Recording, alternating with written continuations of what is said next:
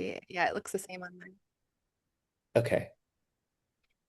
And I'll send you the. So I'm just gonna pretend for at first that this is not being recorded. Okay. Because I would just want to get some introductions out of the way. So, um, yeah, but I'm Kian. I took an interest in your work, and I'm gonna ask you about this pretty soon. Just based on those pictures, that Hmm. like you did some photo shoots that are really fun and creative, and I'd love to know a little bit more about those. But I'm Keon. I have a background in I'm a rolfer. I don't know if you know what that is. I do. Um, I live in the Asheville area, so yeah, so you're around it. I'm around it. Yeah. So I'm a rolfer. I'm also kind of a relationship coach. I've worked for a company called the Inner Yats for a couple years. They do like a 10-week inner child healing program for groups, which I found to be like really, really um, in alignment with kind of who I am and how I operate. So I went through that program for myself, and then they ended up hiring me.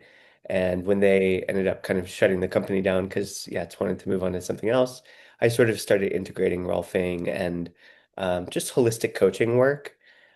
So my algorithm is always like feeding me unique people who are doing similar things. And you came up, and I immediately found I think there was a picture of you um vacuuming in a field, and I was like, that's cute.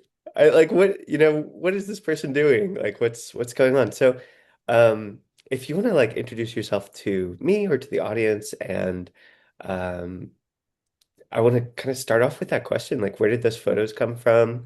Whose idea was it? And we can dive more into who you are and what you offer after that. Cool. Thank you. I'm Alyssa Allegretti. That's Alyssa with an A. And I am a holistic housekeeping educator and hearthcraft practitioner.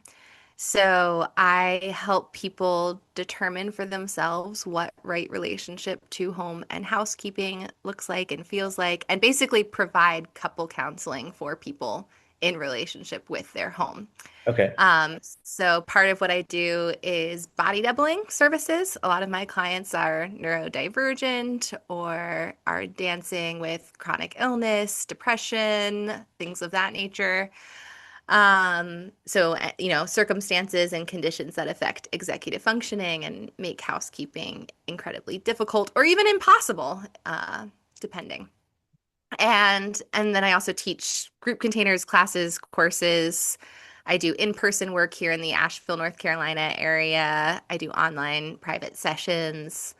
And there's a really big range. It's anything from just sitting there with people while they clean their own house to like getting in real deep to, into like people's attachment material because home is the location where we develop all of our earliest attachment material, Mm. and then other patterns in terms of like how we relate to place, space, things, what objects represent to us psychologically, emotionally, I'm realizing spiritually. I'm gonna have to take some notes so that I can come back and ask you about things that pop Yeah. up. Let me grab my notebook. Okay. And yeah, so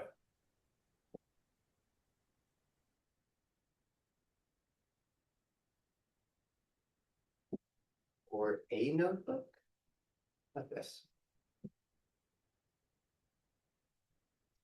Okay, beautiful. So, um, yeah, I'm gonna ask you what some of this stuff actually looks like in practice because it's such an interesting uh juxtaposition of fields that, well, I feel like housekeeping is kind of its own kind of realm, and then you're working attachment work and executive function support and relationship counseling into a single container. So I'm going to have tons of questions, and but thank you. That was a wonderful introduction.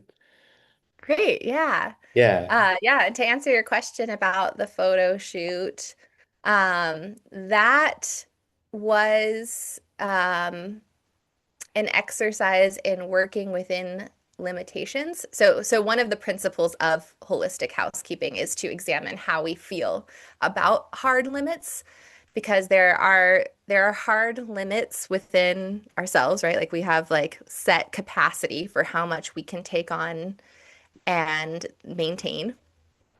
Um, and then there are also hard limits within the home. So our home can only hold so much stuff. An organization system can only hold so much stuff. We're working with containment. The session itself is a form of containment. Organizational bins are a form of containment. And then, yeah, again, how much stuff we can rightfully manage within our home forces us to contend with how we feel about limitations. So the idea, the principle is that within limitation, like when we get clear about where those lines are, creativity can arise because there's only so much we can do. And things were not going well with my business last year, at least in the sense that I wasn't like bringing in as many clients as I had been in previous years. And I knew that I needed to grow um, when it came to my own comfort level with self-exposure. I was very comfortable sharing writing, but I wasn't comfortable sharing photos of myself. So I knew that was going to be a big hurdle. And so just from a pure marketing standpoint, friends were advising me and things to get comfortable showing myself online more, and I knew that if I was going to do that, I had to do it in a way where I was exaggerating the performance element of social media marketing. And I also had to do it in a way where I was working with what was available to me. So I didn't have a ton of money, but I had made this connection with an amazing documentary photographer, Corey Bree. Her business is called Mini Vanarchy Photography, which is just perfect. And she had been offering to do some shoots for a while. I had done some content writing work for her, and I reached out and stars aligned and we finally made it happen. And I just like pulled some stuff from the closet that I had gotten at thrift stores. I had a prom dress. I found an old vacuum cleaner at the thrift store. I had this like housewife apron because I had been playing with archetypes. The housewife as like an archetype. Yeah. I just happened to have that apron, and so I like found a little housewife dress, and then I started thinking about this concept of the Tradwife on Shrooms, because this is like the joke that is not a joke about like how I explain to people who I am, like how I help them organize me in their ideological landscape, because most people who talk about spiritual housekeeping are Tradwives, or they're on the Tradwife spectrum at least.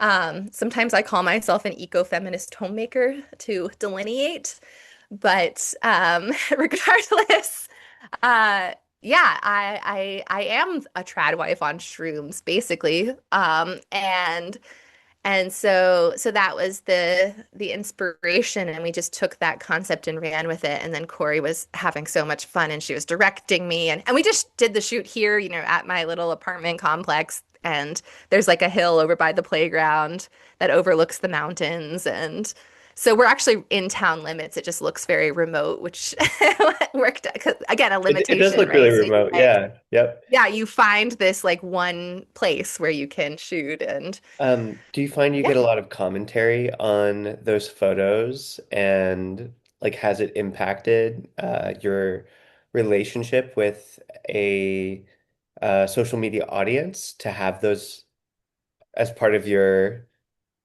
presentation? Yeah. Yeah, it's been about a full year now, exactly, like almost exactly a full year, Yeah. since I started sharing photos like that. And it's definitely had a noticeable, it took a while. Like it took almost a full year to really understand if it was having any kind of impact on my Yeah. relationship to the audience. But it definitely it like helped people remember that I exist, because everybody's a clamoring for your attention online. So it's really easy, even if you resonate with something someone is promoting, it's really easy to just kind of forget they exist because there's so much going on our social media feed. So it helped with that. And it also helped people get more of a sense of who I am. And And again, like helps kind of cut through some of these assumptions and biases people may carry about what it means to think about housekeeping as a component of personal or spiritual growth or mental health care or any of that.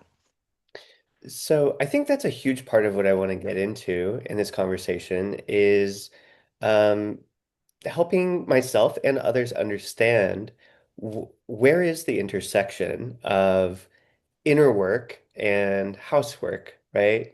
Which is maybe I'm oversimplifying it in that sense, but um, it feels like there's an overlap here between you as somebody who has clearly kind of a deep-rooted spiritual and emotionally intelligent background, and bringing that gift to people in a way that touches them on a deeper level than just the emotions, but extends into their space, into their kind of I don't know what you would call it, like an existential matrix. I don't know what the home Yeah. is exactly in your view of things, but um, and I definitely also want to come back to this idea of the Tradwife on Shrooms because I think that's really fitting, and I'd love to hear, you know, wh who needs a Tradwife on Shrooms exactly? The uncensored answer is like people with mommy issues. No kidding. And I mean mommy like big mommy, like, the holy mother of all creation and destruction is the Okay, kind of like deity that I often work with in this practice. And please say that's not more. gonna land for everyone, of course, but um, yeah, that is kind of ultimately who we're interfacing with. But I love this phrase, existential matrix, like the home as an existential matrix. Yeah, I might borrow that please. terminology because that it's really true, right? Because home is not only a straight shot into our earliest attachment material and all of our survival instincts, because we need stuff to survive and we depend on our homes to shelter us and offer us stability and all of these other base needs, but it's also a straight, it expands like all the way outward into how we relate to life on planet Earth itself. Mm, So these inquiries, when we're just housekeeping, just housekeeping in quotes, are existential in nature and ask us to examine, our belonging wounds and kind of like the temporal nature of our life, the cyclical nature of our life, and the reality of vanishing returns because housekeeping is never done. So it's not like you complete the task and then receive ongoing satisfaction. You have to continue completing that task. It's very much a sand mandala. What do you mean by sand mandala? Like you put it all together and then it falls apart again. I see. Okay. Yeah, there's this entropy that kind of is I mean, disorganization is the nature of a home. It takes effort to make it organized, right?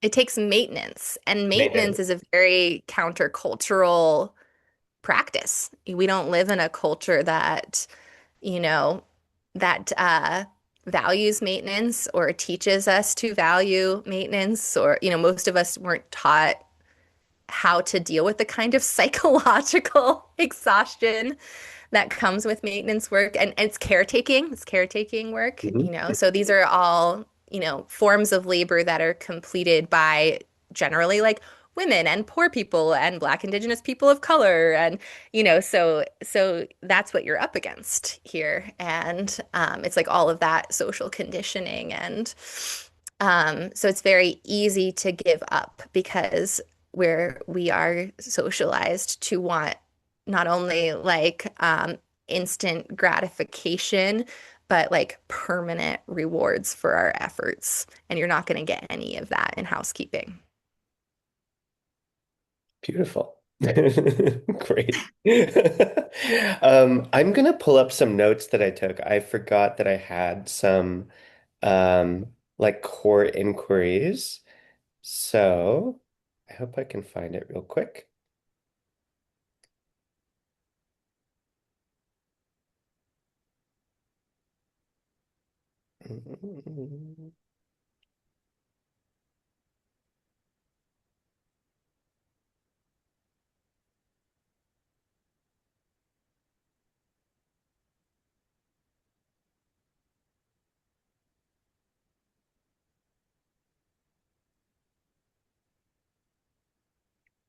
I need holistic housekeeping for my notes app.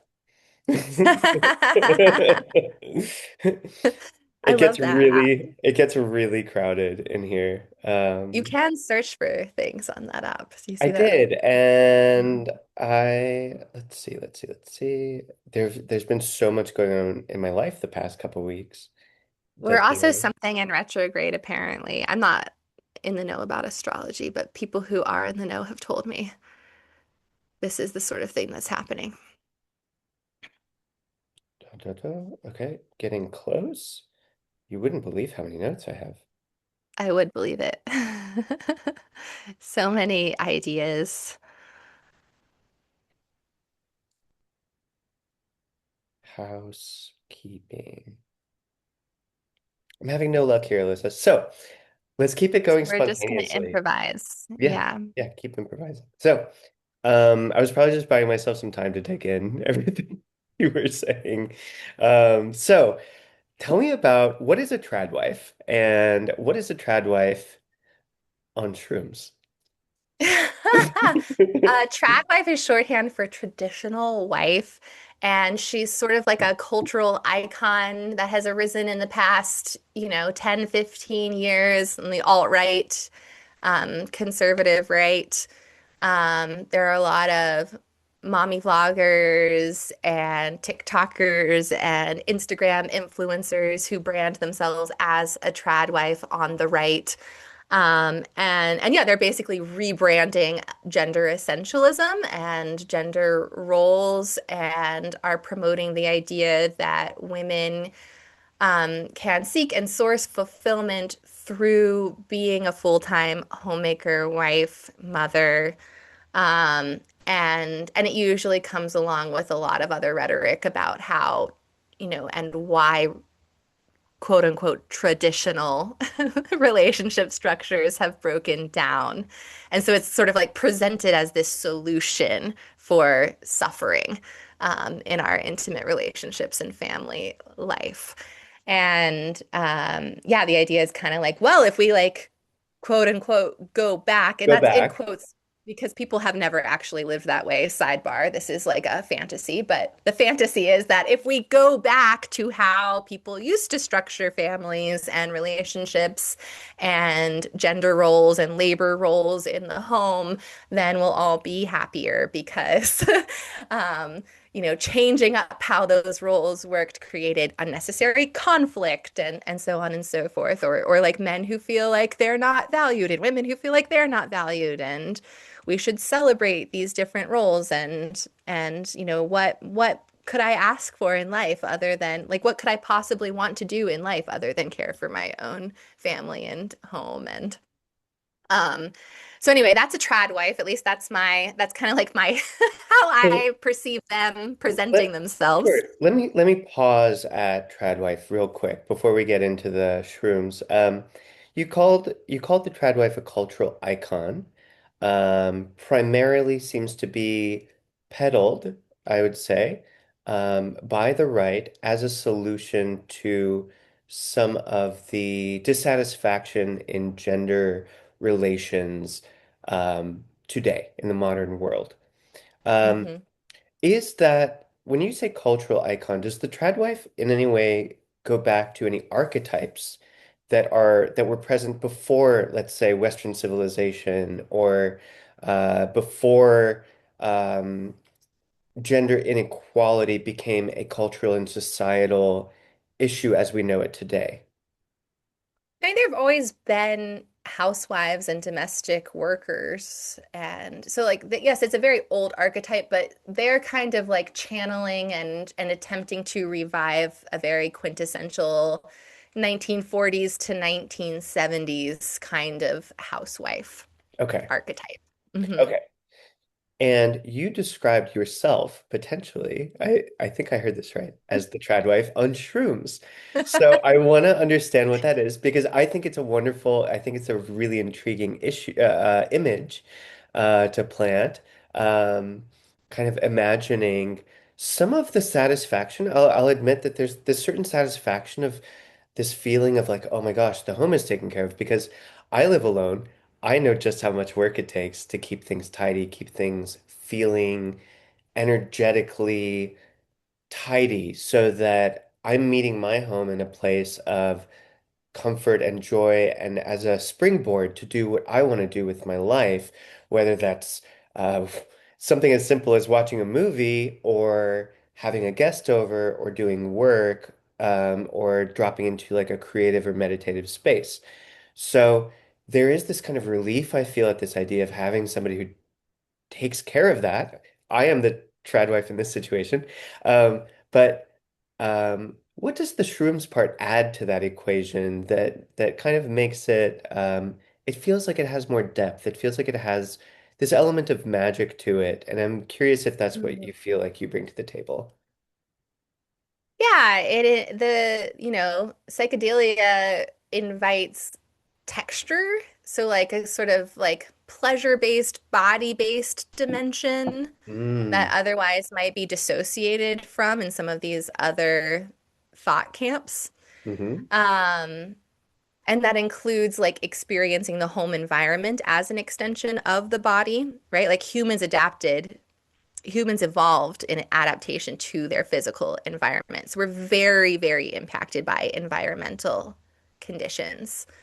And it sort of like takes some of the pressure off of us as individuals in that way when we are attuning to that layer of reality, like the material, tangible, physical realm, right? And we're like adjusting what's happening out there to change our internal state instead of kind of getting lost in the wilds of our internal landscape and kind of like always making everything about us and how we need to have like another mindset shift or another insight or we need to do another personal growth thing, another new habit, you know. It's like no, just clean your room, you know. Like sometimes that's the change that needs to occur. And then it also invites awareness of the relationship ecology within which we reside. So that's another layer of home is this relationship ecology. We locate ourselves in that system of relationships, and we can approach our labor as like taking care of those relationships rather than a chore. Relationship ecology has a bit of an academic bite to it, and I don't think I know what it means. Could you talk about those two System words of and how they relationships. Yeah, it's the system of relationships. So you have a relationship with your home, like your house itself, and with all of the objects in that home. Okay. And then you have a relationship with your town and your neighborhood and your land body. And then you have a relationship with like the kind of group identity of this place that you live. And then with the humans who live there and with the Mm-hmm. non-humans that live there, the trees and the deer and Mm-hmm. the flora and fauna. Mm-hmm. And you know, if you're the kind of person who is spiritually inclined, you also have a relationship with spirits and deities. So there's like all of these different relationships interacting and intersecting at all times. And, you know, in the West, we are primed to experience ourselves in like hyper individualism. And Yes. so this is like the antithesis of that. This is like, no, we're not just individuals. We are individuals in a complex system of relationships, and we are interdependent with all beings, and we cannot exist as autonomous individual people. Um, we cannot survive as autonomous beings. That's just not reality. Now, within your work of holistic housekeeping, how do you begin to deconstruct that hyper-individualism and help your clients connect to the ecology of their home and of their neighborhood and of their relationship with space and possessions and all of that? One way is by validating hardship. You know, when a home, I work in a lot of homes where, you know, they haven't been decluttered in years or ever. You know, the mess is like reaching the ceiling in some cases, you know, that sort of thing. So one way is by validating the hardship of like, you know, oftentimes people who have gone through cancer treatment or divorce or the death of a child or, you know, all these other things that like create grief and the inability to deal with housekeeping. And then also just ordinary hardship of surviving in a, capitalist consumer culture where people are so stressed and so burnt out from working all the time to put a roof over their heads, they seldom actually get to enjoy that roof. And also, we've all been kind of indoctrinated to believe that it's possible to keep up with all the housekeeping in addition to all of these other things that we do. When Hmm. historically, even like middle class families had domestic help or servants or relied on enslaved humans and things. Um, and So may I have you jump into that topic of indoctrination? Because do you think that this kind of shows up in people as like an inner critic, like I should be able to, yeah. do people carry a lot of guilt or shame about not being able to keep up with everything in their homes? Yes, and everyone does. And I so wish that people had the perspective that I'm carrying, having worked with so many people, because it's extremely normalizing to realize that literally everyone is struggling with this, and or almost everyone, and it's not like you're failing. People often experience mess as a sign of their personal failure. Mm. Um, so that's a lot of what we work with is, this spell that I borrowed from Casey Davis, who's the author of How to Keep House While Drowning, which is mess is morally neutral. Because, yeah, the messaging we receive is around things like how cleanliness is next to godliness, or, how lifestyle achievements of any kind are the epitome of personal growth, and they tell us something about our character or our character weakness. So that's the thing that I'm like helping people deconstruct as we work together. Is this potentially a double-edged sword where there obviously is an ideal toward cleanliness, otherwise we wouldn't need to housekeep. Hmm. However, in the process of failing to accomplish that, it seems we're dealing with our shadows. So is there a sense in which there is like a truth to that impulse toward order, while the piece we really want to deconstruct is the shame for not reaching that or not being able to sustain that Yeah. at all times. Yeah. Yeah, it's a double-edged sword and a non-duality, Okay. right? So some of there's like lots of double-edged swords. Some of them are around things like how, we shame people for being messy, but then we also like hate people, mostly women. We like particularly hate women who excel in the domestic realm. And, yes, I'm like making a generalization here, but like, I can say from my personal experience that people don't like women who have their shit together in this way, even though it's like this tremendously valuable skill that benefits everybody in the home and This everybody in the community this sometimes. surprises me to hear. Why why do you say that people hate women who have their domestic um let's say what are we saying exactly? Aptitude, domestic mastery, domestic aptitude. They perceive it as like being a stick in the mud, being type A, being perfectionistic. A lot of people have experienced that from women in their lives. If you think about like the meddling mother-in-law archetype or pattern, or yeah, the housewife archetype, the tradwife archetype. It can come with a lot of intense perfectionism and self-hate that's then like directed at others sometimes if they're not meeting whatever standard has been set. And yeah, people can have, depending on their background, this reaction to it, like as if it's like this source of authority and oppression. Um, but of course, it's not always like that. And and of course, like we live in a misogynistic society, so there's also just this kind of like general thing where people love to hate competent women, especially if they're competent at like skill sets that most men have not mastered, or are just like not valued as much as the skill sets that men tend to dominate.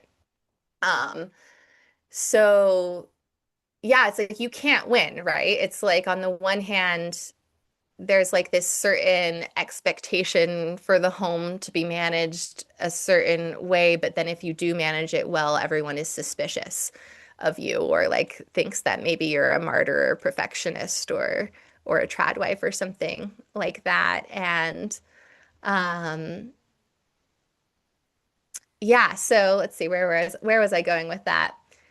So yeah, my approach is more like, okay, we need to be anti-perfectionistic and like Okay. not puritanical And about this, this. yeah, this tied back into the topic of indoctrination, basically, Hmm. right? So this indoctrination comes with this kind of pressure to achieve a certain level of competence within the home, while also sort of we have the original double-edged sword, but it seems we have another one where it's like, well, we demand it, but when you do it too well, it's an issue. Yeah. Um, okay. So I wanted to, this kind of feels to me like it ties back into something you said really early on, which is about limits and capacity. Hmm. You talked about hard limits, like the hard limits of a home and the hard limits of our, personal availability. Um, when we talk about things like illness, grief, loss, impacting an individual's ability to, or we could say, ADHD, anything on the spectrum of human emotion that's not just perfectly resilient and Hmm. performative at all times, right? So when we get into things like illness, whether that's physical, mental, emotional, would you describe those as hard limits, or are those malleable or soft limits that people can work with? Both. Yeah, I mean, I am chronically ill, and there have been periods in my life where I was couch bound or sick all the time and missing work all the time and barely able to walk up and down the stairs. Even recently, I had an episode like that. Um, so yeah, that's definitely one of the more challenging circumstances we can find ourselves in, especially in a society that doesn't like provide care, does not provide adequate care or social support for anyone. And yeah, if we're in a position where we can't afford to hire help, then we have to start doing things like, you know, are you familiar with the term spoonie? Spooning, like, Yeah, like you have like a yeah. set amount of spoons or energy that you can use a day and you have to like No, I was thinking account for about them. cuddling. Yeah. Well, basically just like we have to practice moving slowly. Mm, Simplifying if possible. A lot can come up for people when they have to simplify the contents of their home, which is why probably 70 to 90% of what I do is decluttering support with folks because that is the foundation. But yeah, we have to simplify so that we can actually manage our home, like the contents of our home, and figure out what the kind of like hot spots are for it to be functional or mhm, functional enough, and give ourselves permission to use as many shortcuts and conveniences as we need, which isn't always easy for everybody because, we have seen the landfills. So, of course, we don't want to use paper plates, or maybe we're in a subculture where it's frowned upon to order takeout and use a frozen meal in a microwave, you know. But you got to do what you got to do when you're sick and you don't have that support. And mm. um, yeah, and there's like so many different versions of this. Like I remember working one time with someone who was like a woman of means. She was in the tech industry, or her husband's in the tech industry, two kids, and somehow she like still believed that she was supposed to be doing all of the domestic labor entirely on her own, even though she was working, even though they had two kids, even though they had a big house, even though they were traveling all the time for kids' sports. It's like the level of like superhuman ability that we think we're supposed to have to like manage all of these things is kind of astounding. So that was a big revelation for her when I was like, "Hey, you're in a position where you can hire domestic help and that's normal. And like that's okay and you're allowed to do that." Mm. Um, yeah, and Do you yeah, and think then, do you think people may feel guilt about outsourcing that responsibility when there is such a strong expectation to kind of take care of your own home, yeah. indoctrinated into people? Yeah, people feel guilty about it. They also feel like weird and like ashamed about hiring domestic service workers. Like, oh, does that make me one of these rich people I hate? Or I don't know, Yeah. lots of stuff can come up there. But yeah, totally. And People what would people you what would you derive a sense of value from their labor, right? So it brings yeah. all that up. What would you say? How would you speak to somebody about that shame and guilt that they may feel about requesting that kind of help? Yeah, I mean, I would just again speak to like the actual reality here, which is that it's impossible to do all of those things, when you are also sick or when you are also working or when you have four kids or when you have a partner who doesn't contribute at all, which comes up a lot with the women I work with. Mm-hmm. Um, yeah, one of the themes of my messaging is exploring the unlikely love story between fantasy and reality. So these reality checks come up a lot where and aspiration comes up a lot in the domestic realm. So sometimes we'll take inventory of desires and then we'll look at the life circumstances and we'll be like, all right, how do we close the gap between aspiration and actuality? So the juxtaposition of desire and circumstance kind of correlates with the juxtaposition of fantasy and reality. Yeah. Is that what we're saying? Yeah. Okay. Desire and circumstance, fantasy and reality, aspiration and actuality. Aspiration Hmm. and actuality. I like these concepts. You really have like a lot of conceptual frameworks for the importance of your work. And not just this doesn't sound like it's just your work. It sounds like it's universal work that you are tapped into, right? This Yeah, is it's very universal. That's part of why I love it. It's very universal, it's very humbling, and it's mm, very grounded. mm. Mhm. Um, okay, so let me direct two questions your way. So first, how are you on time?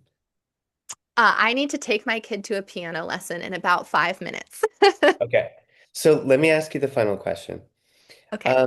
What do you wish people would ask you more often that would allow you to um, really connect with them and what their desires are and where your work meets the universal uh, need and desire for upkeep and cleanliness and housekeeping, holistic housekeeping? I guess I wish there was more curiosity about what it actually takes to reclaim a home from a backlog of clutter and mess because I there are a lot of misconceptions about what it takes and what that process looks like. And it feels like really hard sometimes to get people to the place where they can acknowledge, kind of like how they get there. Like everything that has to happen from like being at the point of overwhelm to getting to the point where like yes, it's still getting messy sometimes, but you can get it back in order again. And I imagine this is a holistic process, right? So Mhm. there's an emotional component and a self-growth component. It's not just a list of things you need to do in a specific order.